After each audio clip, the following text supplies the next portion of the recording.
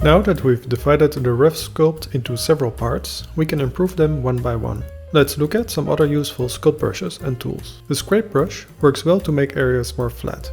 By using a matte cap and rotating the view, you can hunt for surface imperfections. The pinch brush can create some nice sharp edges. You can experiment with the strength and fall of shape if you like. Using the grab brush, you can pull on the mesh to quickly correct the shape where needed.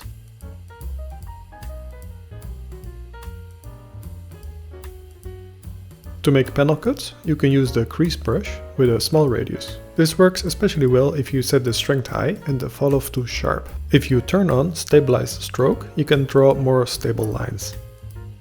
You can also set the stroke method to line to get really straight lines.